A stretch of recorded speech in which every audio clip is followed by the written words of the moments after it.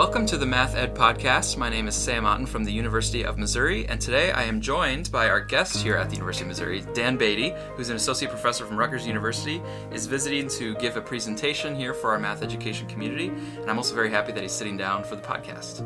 Right, thank you so much.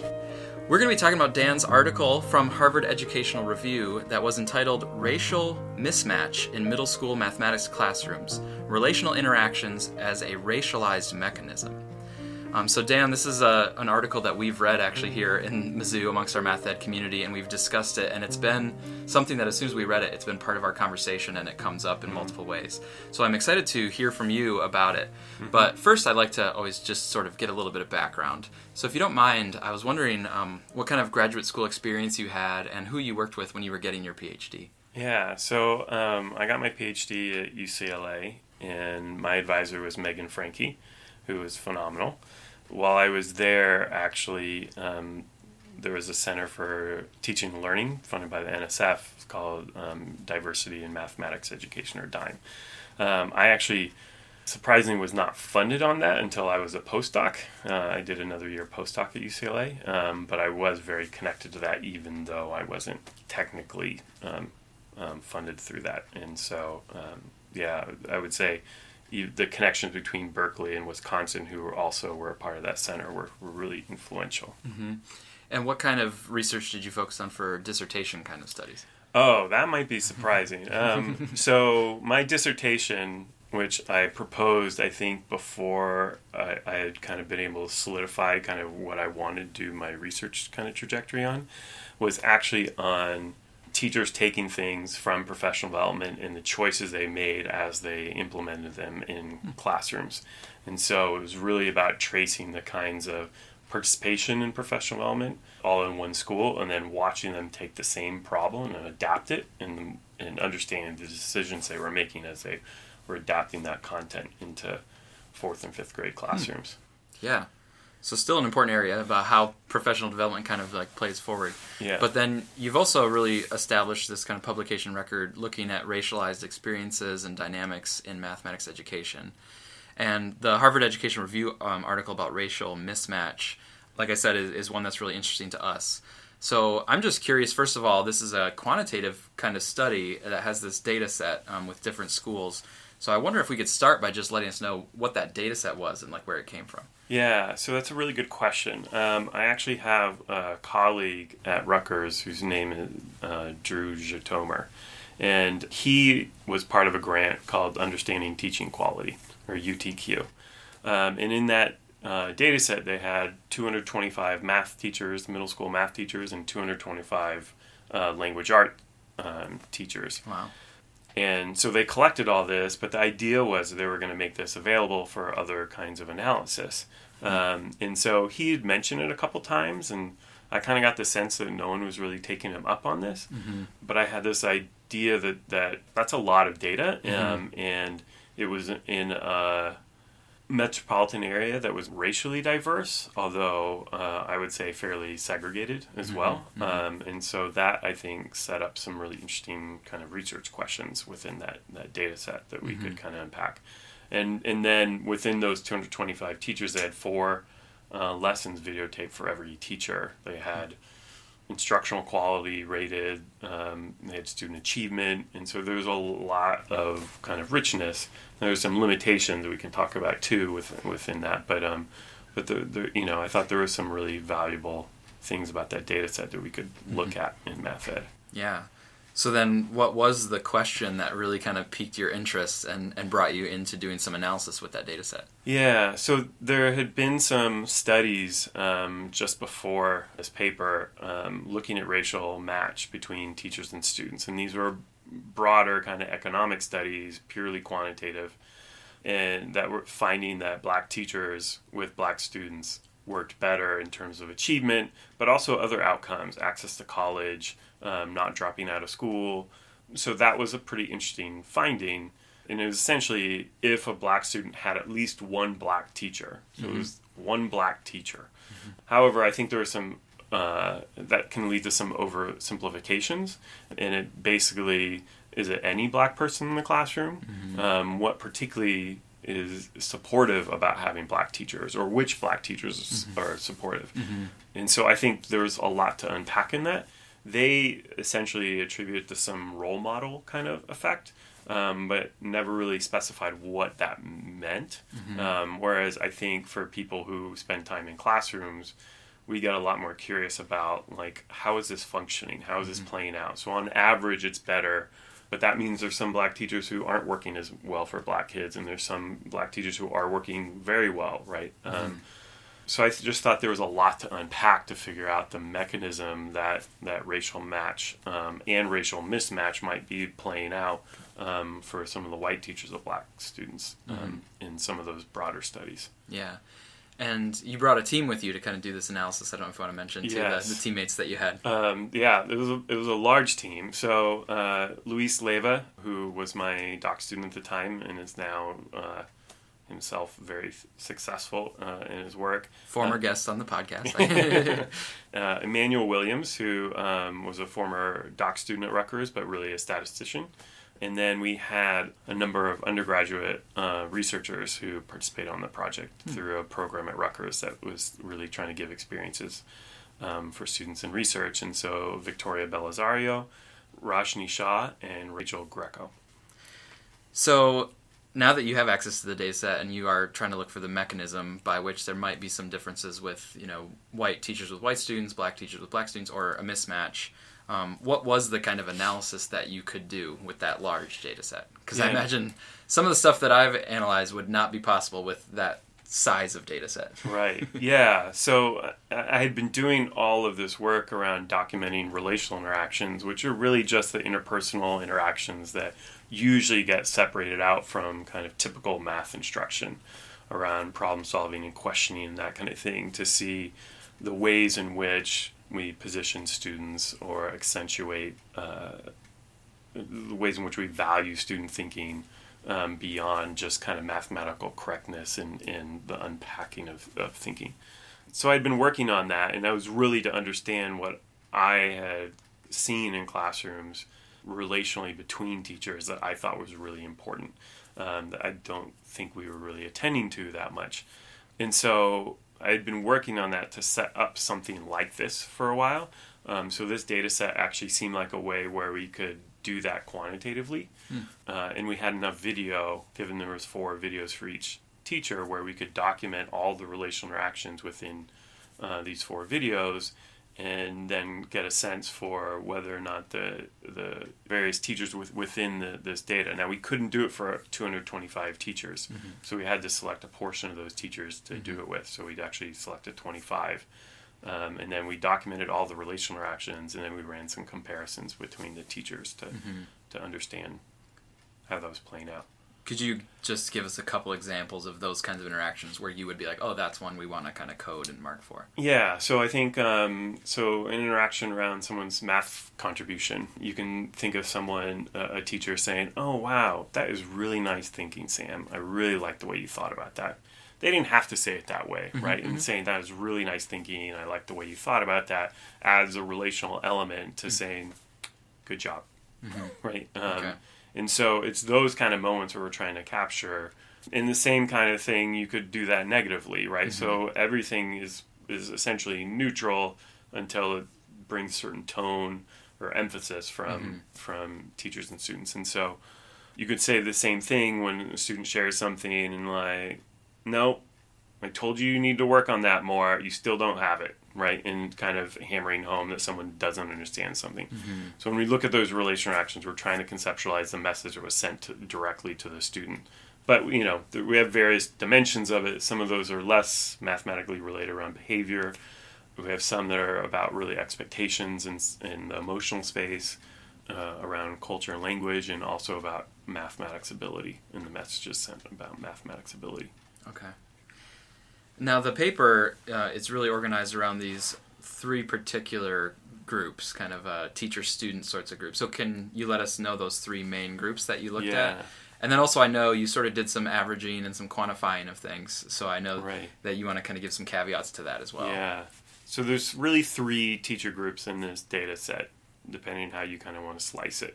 So we selected these 25 teachers based on whether they were in suburban schools or urban schools. And in this context, suburban meant predominantly white and urban meant predominantly black. So we had 12 teachers in the suburban school. Just so happened that basically in the data set, almost all of the teachers in the suburban schools were white. However, there was a split within the predominantly black schools. And so we actually chose schools that had a split between white teachers and black teachers. So there were 13 white and black teachers within 4 urban schools, and each of those had at least one white teacher and one black teacher. Some of them were 2 and 2, 1 and 2, and so forth. So that made that comparison particularly interesting because essentially they were teaching students from the same community. And then the suburban schools were in the same metropolitan area, and so the white teachers in urban and suburban schools were, at least geographically somewhat similar in terms of location. So that made these kind of 3 teacher groups, these white teachers suburban, white teachers in urban, and black teachers in urban schools, I think a little more interesting for a comparison, which is why I think the data set was particularly rich. But when you are comparing, you're kind of comparing in some senses on aggregating those 3 groups together. Right. And so I think the piece that even in this, which was a smaller quantitative study, is that not all those teachers were equally as effective or equally building the same relationships as each other. So in those broader quantitative studies I had mentioned, that on average it really helped to have at least one black teacher. That's on average. And so even as we're talking about the comparisons between these classrooms, we're really talking about averages across 6 to 12 teachers in each group. And so, the degree to which broader claims can be made about that, even though I think some of the results fit what broader studies have said, I think are should be taken with a grain of salt. Yeah. And also possibly like a regional sort of grain of salt too, because I would imagine the nature of interactions in certain urban areas or suburban areas might be different in other parts of the country. It's a big country, So. Yeah, and these weren't particularly diverse schools, right? I mean, some of these schools were 100% black, and some of them were 90+% white. So this is a particularly very segregated context. We have some areas in New Jersey where we have 20 to 25% white, black, Latinx, and Asian in the same school. And so, how does it play out within that? We still don't necessarily know. Right. I'm sure we have some ideas, but so I think it is very contextual to the type of schools and in the geographic area that was. Yeah. I'm speaking with Dan Battey from Rutgers University. So let's take a look, though, at the averages when we are comparing those groups. So if you don't mind, there were 2 subgroups of white teachers. I wonder if we could first look at those, and especially because in the United States, a lot of the teachers are white. But let's look at the white teachers in the suburban setting and the white teachers who were in the urban setting, the predominantly black setting. What were some of the main findings that you saw from those groups? So one of the ideas is essentially if this is the same teaching population, we might expect them to interact the same with their students, right? But that's not generally what we saw in this data set. Particularly white teachers of black students were overwhelmingly negative around behavior, about 4 times as negative around behavior as the white teachers with white students. Unfortunately, that's not particularly surprising. We've had, I think, quite a bit of work before this talking about behavior and teachers kind of policing behavior with black students. So I think in some ways it's just aligning with that and confirming that. But we also saw the white teachers with white students being more positive around student contributions. We saw them being more positive around students' emotions. There weren't really enough interactions to look at culture and language across groups. It just happens so infrequently. And I think that's something, too, to think about the context. This was not necessarily, it was not a multilingual kind of community in kind of school-based, and we don't have, a lot of Spanish going on. We don't have multiple languages kind of at play. So I think that can change based on context if you have a bilingual school.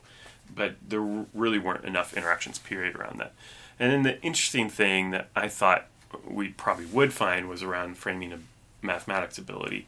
So it's something that actually while we talk about it, I feel like a lot in math education, when you actually look in classrooms at claims that teachers are making or evaluations generally about someone's ability, it doesn't happen that often.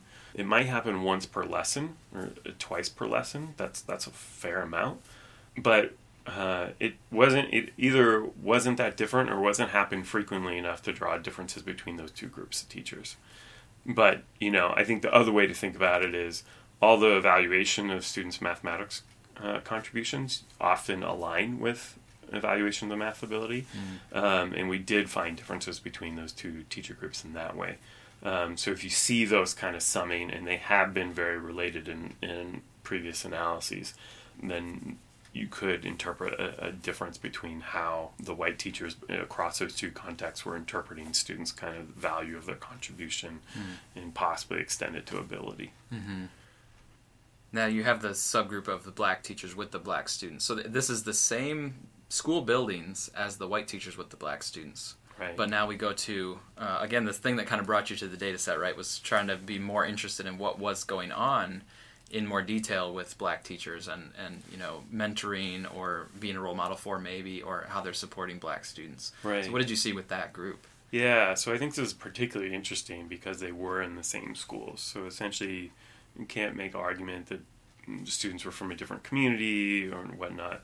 Yeah, but what you see with the black teachers in the same schools as the white teachers with predominantly black students is that they actually differed even more than the white teachers in the suburban schools with the white teachers. And so you see the black teachers also much less negative around behavior.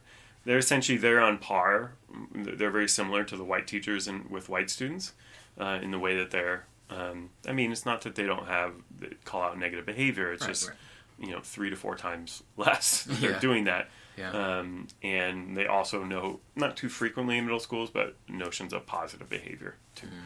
Around mathematics ability, you actually do find a difference between how black teachers were relating to their black students than white teachers with black students. And the black teachers with black students were different than the white teachers with white students. And so they were much more positive with students and less negative around their interactions. And so that kind of leads you to think that they might be more conscious of some of the ways that black students are already framed mathematically, and be very conscious and intentional about noting positive examples of that. Yeah, because this is not really in the study, but it makes me wonder about the educational experience of the black teachers. Like, what kind of experience did they have when they were going through school, and are they maybe trying to make a different sort of environment and a different sort of relationship with their students? Yeah.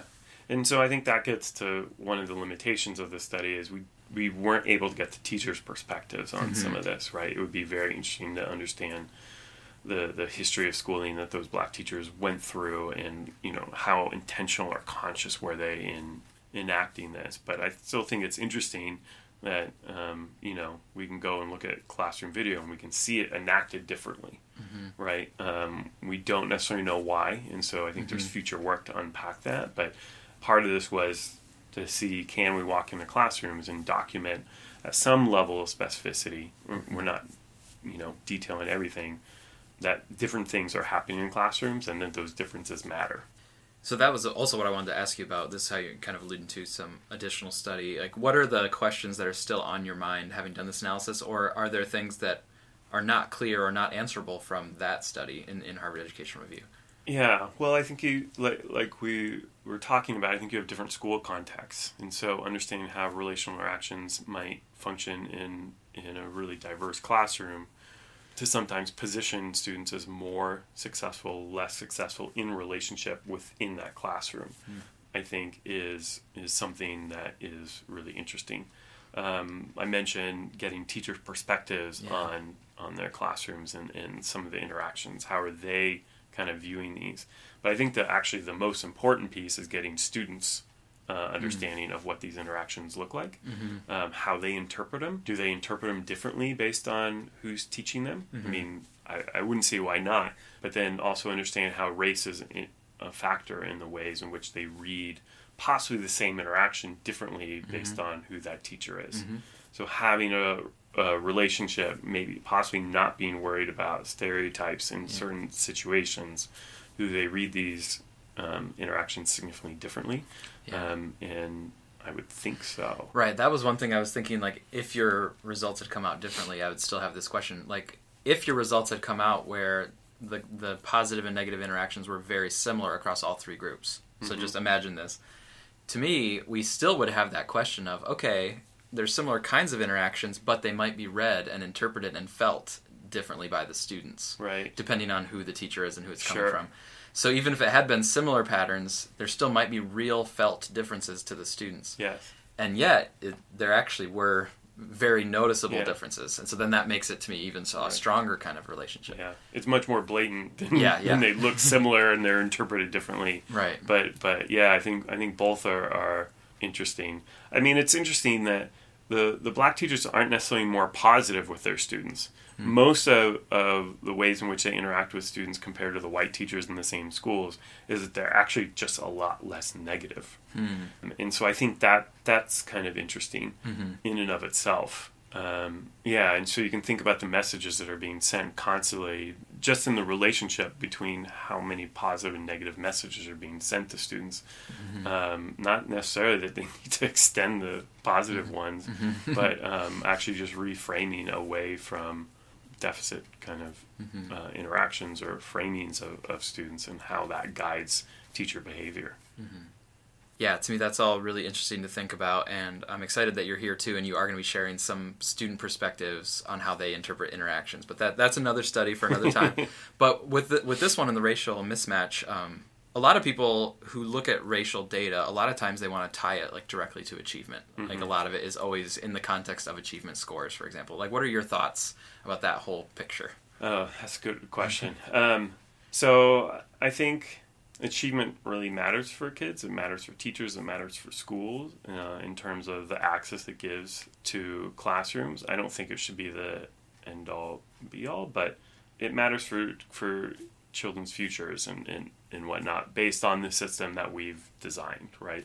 There's limitations in terms of how we measure achievement, but it does matter, right? And so I think one of the ways we wanted to look at this is we were trying to explore it because we hadn't been able to do this in some of the prior data sets. What dimensions and what factors within relational interactions seem to matter, and matter particularly for Black student achievement. And so we didn't know if just the number of interactions seemed to matter for them, if the intensity, so having much more kind of emphasized positive or negative message seemed to matter. It was kind of messy, and so I think these should be taken with caution because we were running a number of quantitative tests, and so it's possible we found something that seemed like a signal that wasn't one. But it was interesting around behavior. It didn't seem to really matter if it was the intensity or the number. Both of them actually predicted lower achievement if you were more negative with Black students. Around framing mathematics ability, the really intense positive messages seem to matter. And that was also true of students' contributions. So, and actually, the number of interactions matter with contributions. So the more you engage positively around student contributions, the more you increase achievement. So being really positive, and those two seem to overlap. So really framing students' ability positively, really kind of attending the student thinking in a encouraging way, seem to increase achievement. Behavior seemed to decrease it for Black students. But I think those also have history in the literature about how we impact student learning, and so I think that's interesting. I think it's interesting though that for white students, almost nothing seemed to impact their achievement in terms of relational interactions, which is also very interesting. But the intense positive noting of their contribution actually did increase achievement. Okay. So in some ways, you could see that there's different ways to interpret this, but I think it's possible that white students are getting lots of positive messages, and so the degree to which a teacher engages in interactions isn't necessarily as important in shifting their achievement. But what it seems to say for Black students is when you have stereotypes at play, when you have possibly deficit thinking at play, that these differences start to matter even more. I think it's really tentative, but I do think there's some implications there. And so then I think also going back to kind of where we started, okay, so black teachers on average seem to be having an effect. So what is it about the really successful black teachers that really seems to be supporting students to really start to unpack that even more at a finer grain size than we're able to do in some of this work? Mm-hmm. The article, again, is Racial Mismatch in Middle School Mathematics Classrooms in the Harvard Educational Review. Dan, thanks so much for revisiting that study with us. I want to ask you one more question before we go off to your talk here. Is if you were not in math education as a career, is there something that you could imagine in an alternative universe that you'd be doing instead? Yeah, well, right now I'd probably be making beer or something like that, because I brew a lot of home brew, and I could certainly see myself doing that. That'd be a very different universe, but not one so far off something I'm interested in here. Mm-hmm. Yeah. When did you start to get into that? Actually, a colleague of mine, Pablo Mejia Ramos, and I started brewing together, and we have been brewing together ever since. And so I think it's been 9 or 10 years. Oh, wow. And we've significantly upgraded equipment. Now we have pumps and all sorts of stuff, and we pretty much brew in his garage once a month. Yeah, trying to make better and better beer. So maybe that's my alternative career. Yeah. Well, Dan, thanks so much for taking the time to speak with us. Thanks so much for having me.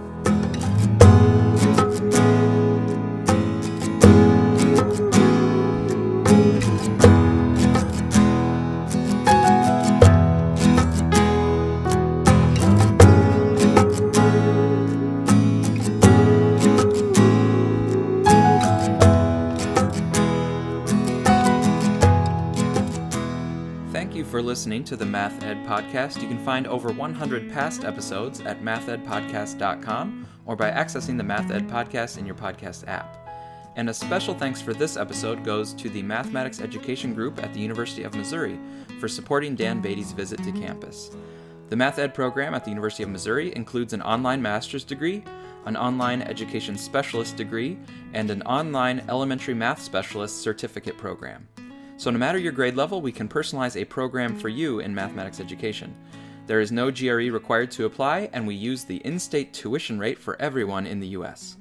And if you want to teach dual credit classes, we have worked with the mathematics department to offer more than 18 credits online for math teachers. So check out online.missouri.edu if you're interested in any of those options. We also have an on-campus doctoral program for people who want a PhD in mathematics education. Our doctoral program was ranked in the top 5 nationally. It typically takes 4 years to complete, and it comes with free tuition and a monthly stipend. Learn more at mizzoumathed.org.